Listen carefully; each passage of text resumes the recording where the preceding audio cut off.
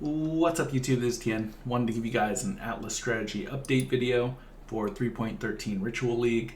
I made a video about a week ago, kind of what we anticipated coming up in this league, and boy have some things changed. We have this whole middle Atlas bonus area and stuff we did not know about, and so I just wanted to give you guys an update, get a lot of questions. Hey, is your old video still good? What's your strategy now? And so I just wanted to give you guys an update. We'll go into basically all of our regions, which passes we've chosen. You can see here I've unlocked Awakener level 9, and I have basically every completed Atlas bonus as well as our Awakening bonus. I'm missing Doriani's Mechanarium. But yeah, basically we have our Atlas set up kind of the way we want it for mid-game farming, and I just want to show you guys what we've chosen for each region, as well as getting into maybe even some of the small Watchstones and what we're doing there. Okay, let's get into it. The Uncharted Realms is this new middle region that appears after you start doing Elder Guardian maps. So I think it started appearing, I did my strategy from the previous video where we did regions Valdo's Rest with 1 Watchstone, got all of our 4 Watchstones there. Put 2 Watchstones in Lex Proxima, got all of our Watchstones there. Put 3 Watchstones into thi3n's End, and then 4 into Glenark Cairns. Right when I started doing tier 14s, I would start getting Elder Guardian maps. And basically, once we killed all 4 Elder Guardians, she gave us an invitation to have her witness. She witnessed those Elder Guardian fights, and then we had an invitation to fight all 4 Elder Guardians at once. When we did that invitation, she ended up giving us 2 passive points. And so, this whole passive tree has some pretty interesting stuff in it. You can see which ones I have chosen here as I went towards the Cyrus nodes here for Awaken support gems, the +1 Awaken level, Adept Tracker, and Enduring Influence. I actually switched that around for Secrets of Stone when we start doing Harvest stuff, but I'll get into that a little bit later. So yeah, that's basically how we did it. We get those invitations, we filled in the regions in that order. I think afterwards I did New Vestir, got all 4 there, Lexajoris, and then Hayward, and then Lyra. But let's get into, I guess, each region and then which ones I've chosen. So Hayward Hamlet is a special region, and our strategy actually really revolves around Hayward Hamlet. You can see here I've chosen the Cyrus nodes, and I mentioned in my last video I don't actually really like farming Cyrus that much, but this makes it much easier. We get double completion about a quarter of the time in order to spawning the citadels a little bit quicker, which is really nice, and then we get extra value basically on every map that we do because of the Atlas Awakened, and then we have a chance at the Awakened support gems, which can sell for, some of them can sell for like double-digit exalts and make a ton of currency. So while we're spawning these citadels and getting influence on the other regions, I actually take 1 Watchstone out of Hayward Hamlet. What does taking 1 Watchstone out of Hayward Hamlet do? Well, basically, it makes it to where the only 12s and 13s, tier 12s and 13s that are on my Atlas are present in Hayward Hamlet. So you can see up here, my 12s are over here, my 13s are over here, and nowhere else on the Atlas are there 12s and 13s. So while I'm running these other zones, which have maps tiers 14 through 16, I'm building up a whole bunch of 12s and 13s, which we will later use with Harvest to generate a whole bunch of Harvest crafting. You can basically light these maps on fire, and what I mean by that is just rush the boss down and check the map really quickly for the Sacred Grove. If it's there, then you have a whole bunch of Harvest crafts. You don't even need to roll the map. You don't need to sextant the map at all. You can just light these maps on fire and try and benefit from the Harvest crafts that are in there, and I think that's a big part of the league. When I'm lighting those maps on fire, I do have Watchstones that actually care about the Harvest. So you can see here I've chosen Platinum Watchstones, which are the only Watchstones that have things that are Harvest related. There's basically 2 mods on there you can get. You can get this one, which is a chance to generate an additional crafting option, or you can get the additional chance for a tier 4 plant. Both options are great for Harvest crafting. I currently have 3 of the additional option and then 1 of the tier 4s. Tier 4 plant options. But yeah, when you run the zone, you can actually have all 4 Watchstones in, benefit from those Watchstone modifiers.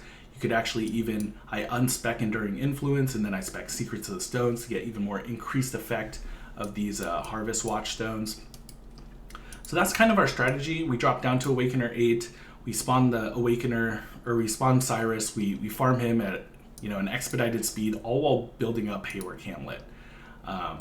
And that's kind of our currency strategy for the mid game. I think early game there were better options to do, and fellow content creator Grimro has already gone into how good Shaper is, and I actually think the +1 Awaken level actually gives you additional chance to drop Shaper and Elder Guardian maps as well. And then if I unspec'd this and I went into here, I could sell those Elder and Shaper Guardian maps. It's still profitable to do it, this late into the league, but I think my strategy right now for the mid game is kind of the way to go. I'll talk later about late game stuff, which involves synthesis, but for mid game, I kind of like the strategy that we have right now. So let's talk a little bit about what I've chosen in each region.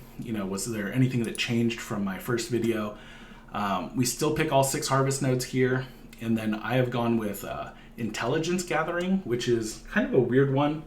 But basically, you generate June missions while lighting these maps on fire. And remember, they're red tier maps, so they generate red tier missions.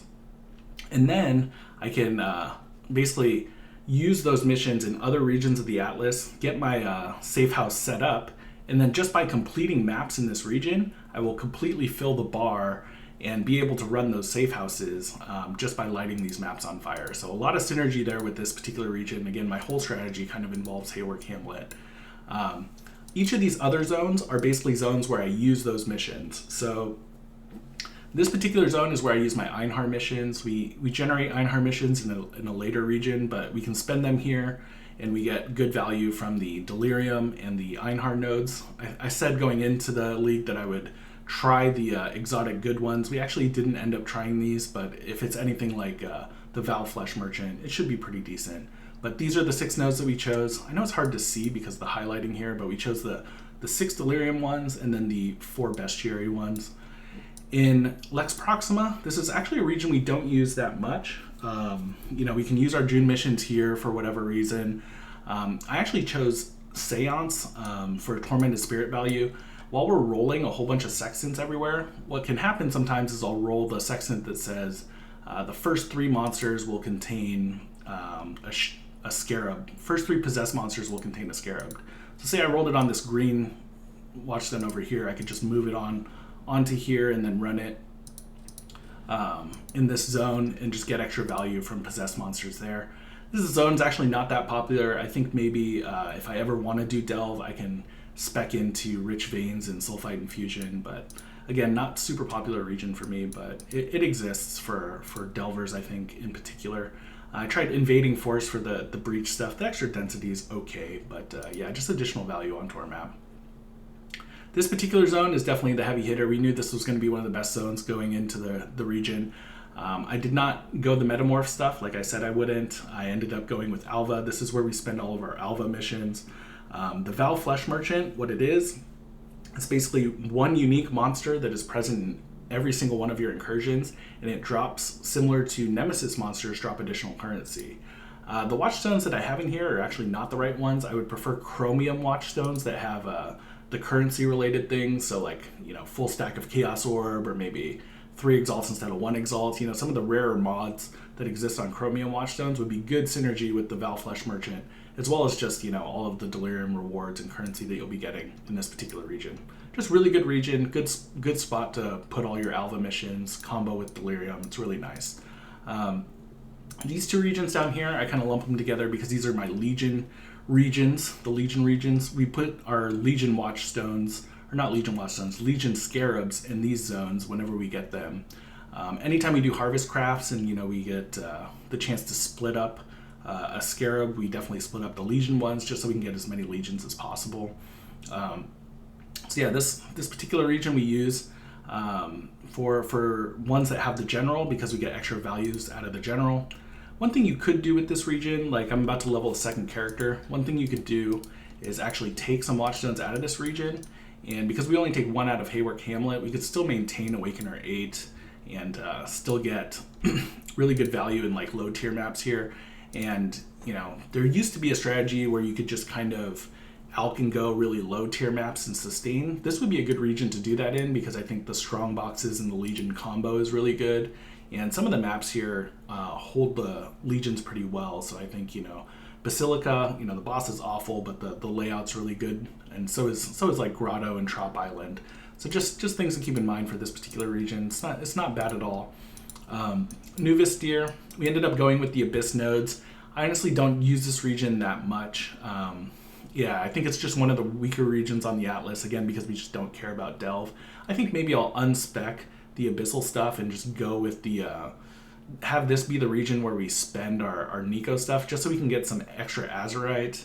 And then maybe, I don't know, maybe do something with that, like buy up little resonators or something to sell in bulk. The surprise of the patch has been Valdo's Rest's Diplomatic Escort.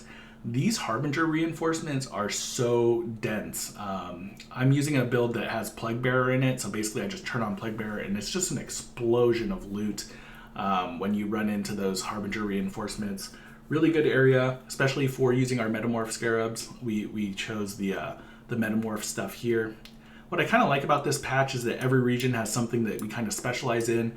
Every master mission, every Scarab kind of has a place where we can use it, so Harby Scarabs and Metamorph Scarabs do well there. This last region is where we use our Breach Scarabs and we generate our Einhar missions. I went with Flash Breach here. This is actually pretty nice. I didn't actually think I would like breaches that much, but in this particular league, especially early league, people want to do Breach Lords for their invitations. So you need the Maven to witness all 5 of the Breach Lord kills. And, you know, so Breach Stones are actually selling for a decent amount. And if you want to run breaches and you want to run them in an efficient manner, this is not a bad place to do it. We also picked up the Heist nodes here, but to be honest, I actually haven't really been running too much Heist. I have a ton of contracts and stuff saved up for when we want to do that, but there's a good chance I might not even touch Heist, so maybe we'll unspec these and go with the faster Blight stuff that I was a little excited to try from our previous video.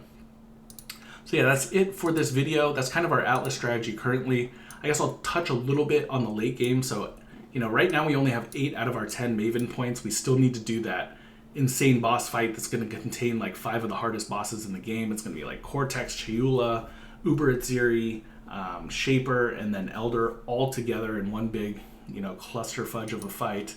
But once we get all 10 of those, and then, you know, we're past the late game, what we might do is end up unspecking all of this Cyrus stuff and basically jamming map stuff, and then we'll switch into Synthetic Source, Vivid Memories, and Paths Not Taken. The reason you want Paths Not Taken is because when you encounter a Xena in your maps, she can give you the option of a synthesis map, and those synthesis maps can be super juiced up. The triple implicit uniques are nice, but the well-rolled fractured items, assuming this is the same stuff as their Loot 2.0, you know, well-rolled items, you can kind of see they have well-rolled items in the Ritual League mechanic. But yeah, assuming those are similar, you're going to get some pretty good value out of synthesis, I think. So that'll be our late game strategy, is basically transitioning into that. But here for the mid game, we're definitely just Cyrus farmers, Awakened Atlas farmers, and then most importantly, we're Harvest farmers. All right, so that's it for this video. If you guys have any questions, feel free to drop by on stream or leave them in the comments below, and I will see you guys in the next video.